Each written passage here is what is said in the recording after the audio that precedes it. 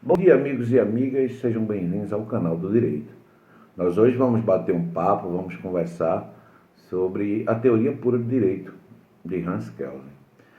Um dos mais importantes e influentes juristas do século XX. Kelsen era um judeu, foi perseguido pelo nazismo, onde foi morar nos Estados Unidos, lecionou na Universidade de Berkeley e faleceu em 1973. A obra Teoria Pura do Direito foi escrita em 1934. Qual a importância de estudar a obra de Kelsen? Kelsen é um dos principais nomes da escola positiva do direito, um positivismo normativo, um positivismo centrado no estudo da norma jurídica. Diferentemente de Herbert Hart, britânico, que escreveu o conceito de direito, é onde a gente tem um positivismo moderado, também chamado positivismo inclusivista, já que, ao contrário de Kelsen, Herbert Hart entendia que havia sim uma zona de interseção ali da moral dentro do direito, fato que Kelsen repudiava. E o nome Teoria Pura do Direito já fala muito sobre a obra, sobre a teoria de Kelsen. Por que Teoria Pura do Direito? Porque para Kelsen, todas as considerações de ordem econômica, social e filosófica não deveriam fazer parte da discussão, do estudo da ciência do direito e mais precisamente da norma jurídica.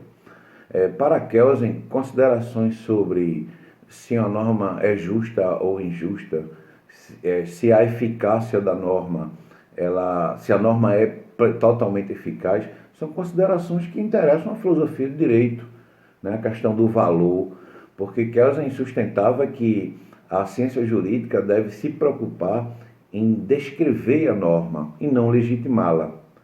A gente também, dentro da teoria pura do direito, a gente vai observar que, para Kelsen, o que interessa para ele é que a norma seja válida, que ela tenha sido produzida dentro daqueles requisitos de validade, que ela tenha sido criada por uma autoridade competente e mais e principalmente que a norma ela esteja em consonância com o ordenamento jurídico. É a partir dessa noção da norma jurídica em consonância com o ordenamento jurídico que Kelsen cria uma das suas principais teorias, a chamada a teoria da norma fundamental.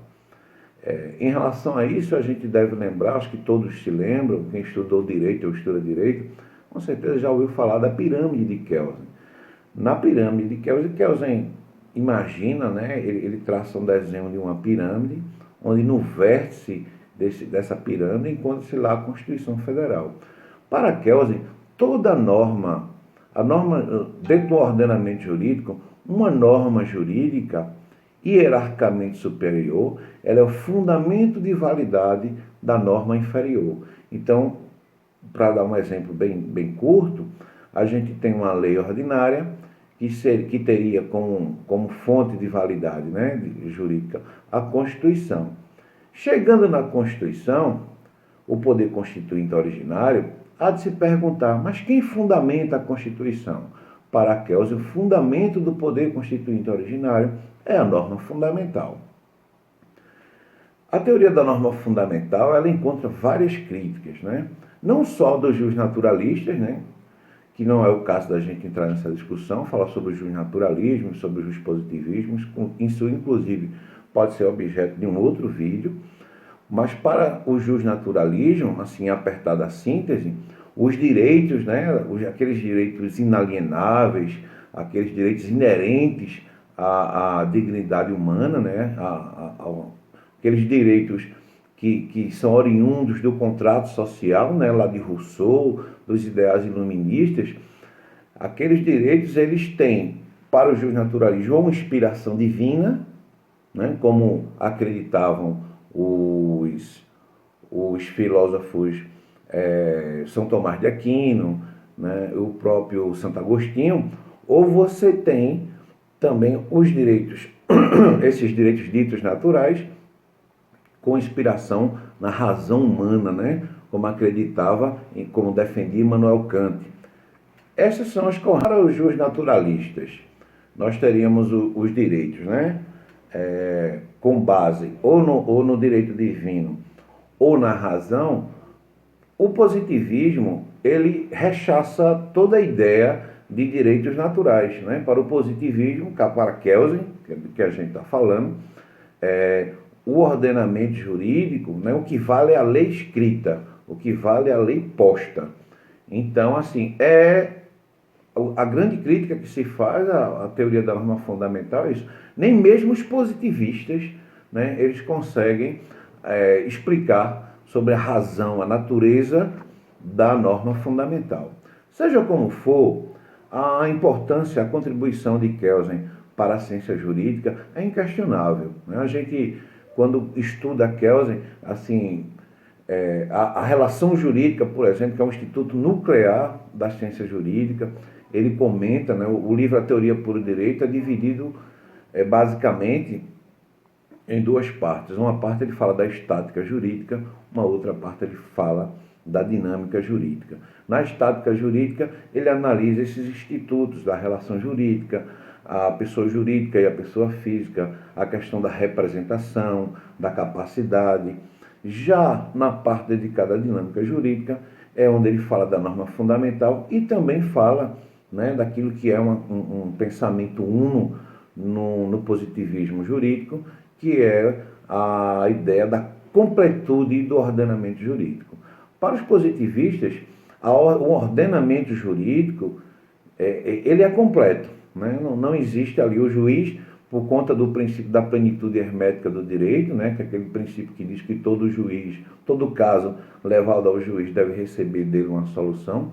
Por conta desse princípio da plenitude hermética, o intérprete, o aplicador da lei, ele deve procurar dentro do ordenamento jurídico a solução para aquele caso e vai encontrar, né? Isso sem que ele faça de imediato uso da equidade, por exemplo. Na verdade, há um equívoco, né, de alguns estudiosos, de alguns operadores, de certa forma, de demonizarem o positivismo jurídico, acharam que o positivismo jurídico, aquela pessoa que tem uma característica, né, aquele aplicador, operador de direito que tem uma característica como positivista, que ele seria uma pessoa que não privilegia os direitos humanos, ele não privilegia as relações sociais sob uma ótica mais humana. Isso não é verdade. Uma coisa não tem absolutamente nada a ver com a outra. Para o positivismo jurídico, para o positivista jurídico, o norte dele é a lei, né? O mundo dele é o mundo da lei. Então, assim, ele acredita, inclusive, na parte que Kelsen fala no livro sobre a questão da interpretação do direito, onde ele fala lá que o ato de interpretação da norma jurídica é um ato de conhecimento e um ato de vontade. Ele fala também que o operador do direito, o aplicador, o intérprete, ele deve procurar dentro do ordenamento jurídico, né, de todas as formas, a norma que melhor se adeque àquele caso. Uma outra discussão muito interessante na obra de Kelsen, na Teoria Pura do Direito, é sobre o conceito de imputação, né? Kelsen vai dizer que a sanção ela é o resultado, né, da violação de um ilícito, mas que o nascimento do dever jurídico, da responsabilidade, ela não é uma relação de causa e consequência, como acontece com as leis naturais.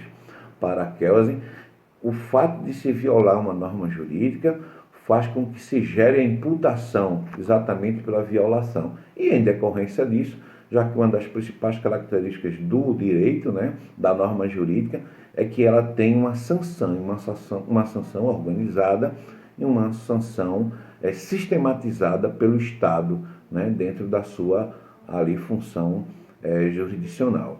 Então, assim, é muito importante o estudo da obra de Hans Kelsen, sem dúvida nenhuma, uma obra de relevância no mundo jurídico. Não há quem não tenha ouvido falar de Kelsen, ou mesmo quem não ouviu falar, inevitavelmente, indiscutivelmente, estudou seus postulados, em algum momento aplicou, seja como estudante, como estudioso do direito, ou mesmo como aplicador, terminou ali estudando a obra de Kelsen, mesmo sem saber que estava assim fazendo.